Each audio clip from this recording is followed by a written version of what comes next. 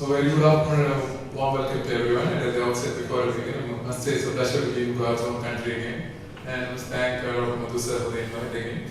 So I'm going to take you through the rail of is there a rationale for doing a CGP in metastatic setting for breast cancer is concerned. And I'm going to show you as to why probably you should start doing that. And that's my disclaimer. We know that all mutations are generally not created equally. So things were so much more simpler in the earlier decade, right? We just had hormone receptor positivity and negativity to deal with. But now we're talking about molecular subtyping of triple negative breast cancer, molecular subtyping of each and every subtype of breast cancer that we've ever encountered in the past as well. So that's where we're getting towards in the future. So we're not just looking at just basal-like, we're talking about basal-like immune activated, basal-like immune suppressed to understand which subset actually derives the maximum benefit from immunotherapy. We know when you talk about triple negative breast cancer, about 80% are going to be a basal subtype.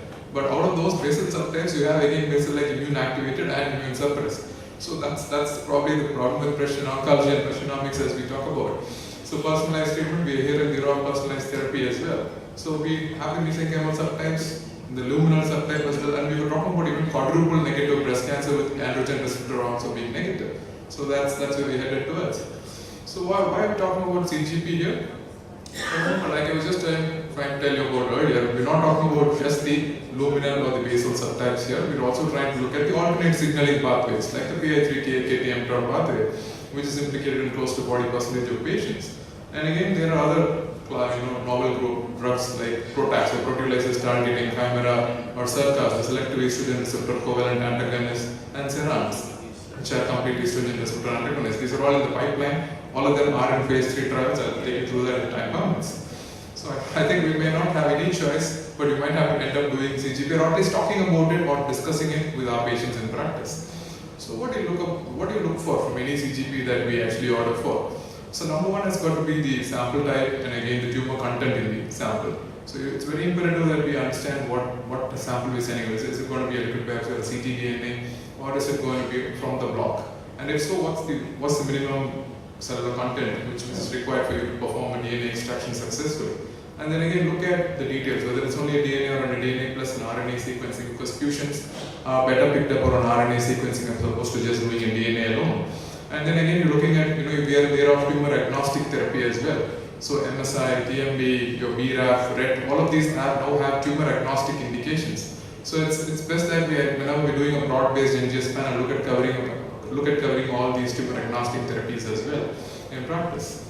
And how do you go about interpreting it? I'm sure we have a 13-14 page, I'm sure Simbu would agree. I mean, like even most of our clinicians, I don't think we have the patience to go through an entire 13-14 page report. More often than not, we only look up, what is actually, is it a tier 1, is it pathogenic, likely pathogenic, and what are the drugs that we can actually use. But that's not how you should actually go about it. These are online resources which all of us can use in everyday practice, like the ClinVar. If you pick up even a VUS, the more it gets reported in the database, then it might become relevant in the future. So I think that's one way of doing it. All these are online resources that are available. And again, this is the SCAT, the ESMO scale for clinical actionability of molecular targets. And what does this tell us about what are category 1 recommendations even in breast cancer? Look at it. So it's no longer just your HER2 alone, we're talking about even HER2 amplifications, or germline BRCA, and then PI3K, MSI, and NTR case. NTR case, albeit only less than 1%, but nevertheless, remember they also have a tumor agnostic approval. And again, we're talking about ESR1, PTEN loss, AKT, again the same pathway alterations. Capivasertib has already been approved as well, FDA approved right now. And then again, all the other tier 4, which may not be of clinical relevance or may not have any therapeutic implications as of right now. So anyone guess who this is? I'm sure most of us should actually recognize who this is. Govind sir, I'm sure might. So this is Professor Mary Claire King. So she actually discovered BRCA, BRCA. And I had the good fortune of actually meeting her in person. So we were interesting. We always thought BRCA means breast and ovarian cancer, which is why it's called BRCA, right? Actually no. She was working at a lab in Berkeley, in California. So BR is for Berkeley and CA is California. So that's why she called it BRCA. It's not HPOC or hereditary breast and ovarian cancer as we think it should be. So I think that was just an interesting bit of trivia that I wanted to share. And I think there's a lot of lobby right now wanting them to rename it as King syndrome. Because it takes away, people always think it's only breast and ovary. But remember again, prostate and pancreatic malignancies even in males. So there's a lobby now to rename it as probably King syndrome, named after Mary Claire King. And what about dual testing, complementary testing? Should we just stick to doing only a tissue-based testing, or do both the tissue and the liquid biopsy both at the same time? So again, this is extrapolating not just from lung cancer. I'll show you the data in breast cancer as well, where doing a complementary testing actually helps you pick up much more. The good thing about liquid biopsy is that probably if you pick it up on a liquid biopsy, then it's good enough. I mean, like, it's gold standard, but it can be missed on a liquid biopsy, which is why probably you're doing complementary or both together, your pickup rate definitely goes up. And like I said earlier, the benefits of adding an RNA sequencing to a DNA sequencing is that you're able to pick up much more fusions. And this is the data looking at combining both a liquid and a tissue-based CGP as far as breast cancer is concerned. Look at the overlap, and then look at the patients you're able to pick up only when you do a liquid biopsy as opposed to combining both. So your pickup rates are definitely much higher. And these are all approved indications that we have. So again, for triple negative, we have BRCA and PDL1, which are your biomarkers. And again, we have BRCA again for vagal hormone receptor positive subtypes as well. PIK3CA or the pathway alterations, AKT loss, PTEN, and then the tumor agnostic approvals, which I spoke about earlier. So these are all currently approved. So look at all the guidelines; they are actually in consensus, so that it should be offered. None of them have said that it must be or it's a level of recommendation, but it should be discussed and offered as an option as far as CGP is concerned. And this is consistent whether you look at NCCN, ASCO, or ESMO. Maybe not so in your ICMR guidelines or the Indian guidelines. We not advocate for that because we know we are in a low middle income country like India. So it may not be very applicable to us in our everyday practice. But again, this is yet another interesting that I came across. When you talk about absolute contraindications for doing a BCS or a breast conservation surgery, somebody with an ATM mutation has actually got an absolute contraindication. Any guesses as to why do you think that is the case? ATM mutations, absolute contraindication. Because you look at BRCA, it's only related to contraindication. You still can offer BCS to BRCA mutated individuals. So the reason being that, because of radiotherapy, RT is actually contraindicated in patients who have ATM mutation, because they can go on to develop radiation-induced sarcomas. So that's why it becomes an absolute contraindication as far as BCS is concerned in patients who have an ATM mutation. And this is again data from Foundation Medicine looking at all these genes, not just whether they're predictive but also prognostic. Remember P53 and again NF1, RB1. I think we just had someone ask us about plexiform neurofibromas where MEK inhibitors. Selumetinib is already approved there, but not in breast cancer anyway. That's only for plexiform neurofibromas where selumetinib is approved. So I think we should just stick to that, not in breast cancer. Anyways. But again, HER2 short variants are also being looked at here. I'll take you through that data. Remember now that BRAF, RET and NTRK also have tumor agnostic approvals. Your dabrafenib plus trametinib, which is commercially available as well. RET inhibitors, sulfatinib. Again, we don't have it yet, but Lilly is going to launch the drug soon in India. NTRK inhibitors as well. So I think it's just not fair as clinicians for us to try and remember all these tongue twisters and names. But that's look at all these pathways that can be targeted. We're talking about targeting each and every single step of this pathway, be it the estrogen receptor, the alpha and the beta subunits, or the PI3K inhibitors, AKT inhibitors like capacitive, and then PI3K plus mTOR inhibitors combinations. Gedatolisib is a classic example. It's an ongoing trial called Victoria 2 study. So I think we are in that era where we're looking at targeting each and every single target of this checkpoint. And again, HDAC inhibitors like entinostat or the histone deacetylase inhibitors are also being looked at in breast cancer. So again, if you look at it, close to 40 to 50% can have PIK3 pathway alterations. We're talking about HER2 short variants, BRCA and ESR1 mutations as well.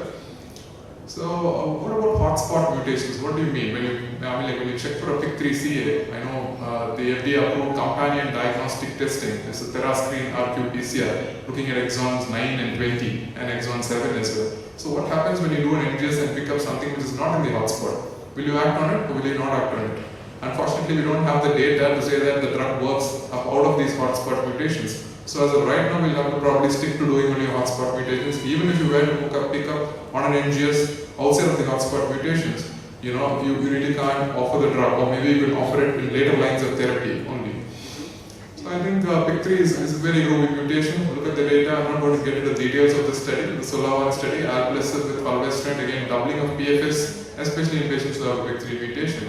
Again, this is Kepler, you heard the data earlier as well. Kepler said that again approved based on this data, 7 versus 3 months, again the PFS being double.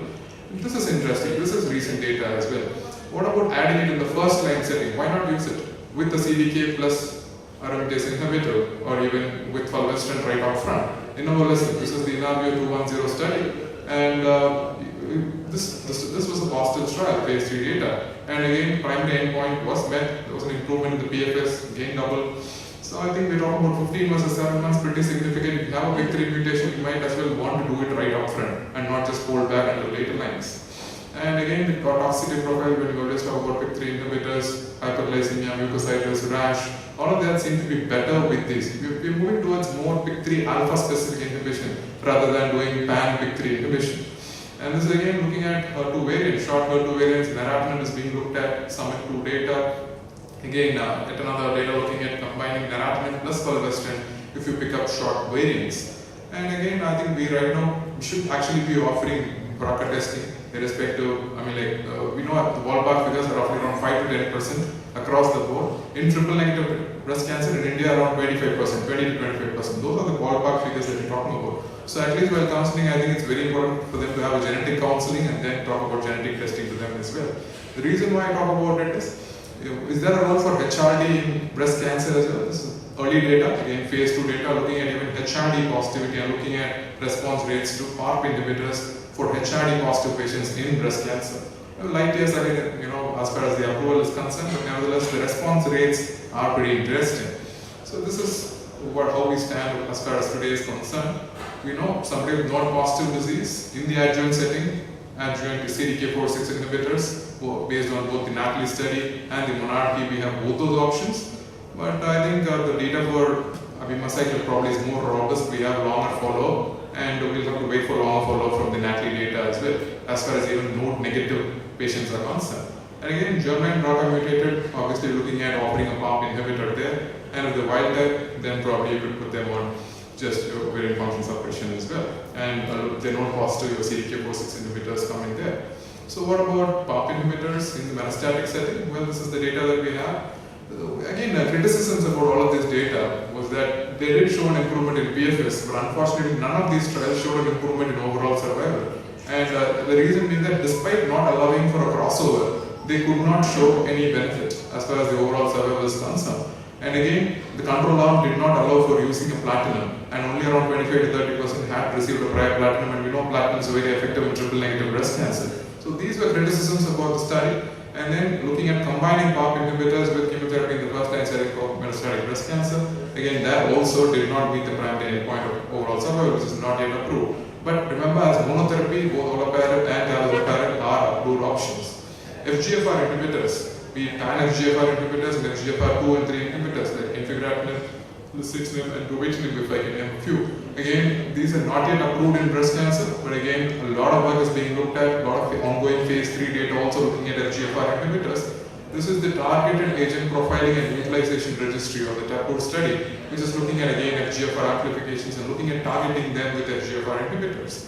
And like I said earlier, again, when you do an NGS, and you do a comprehensive genomic profiling, if you're able to pick up P53, RB1 or an NF1 mutations, they are actually prognostic. So you may not actually be able to act on these mutations, but they do have a prognostic value.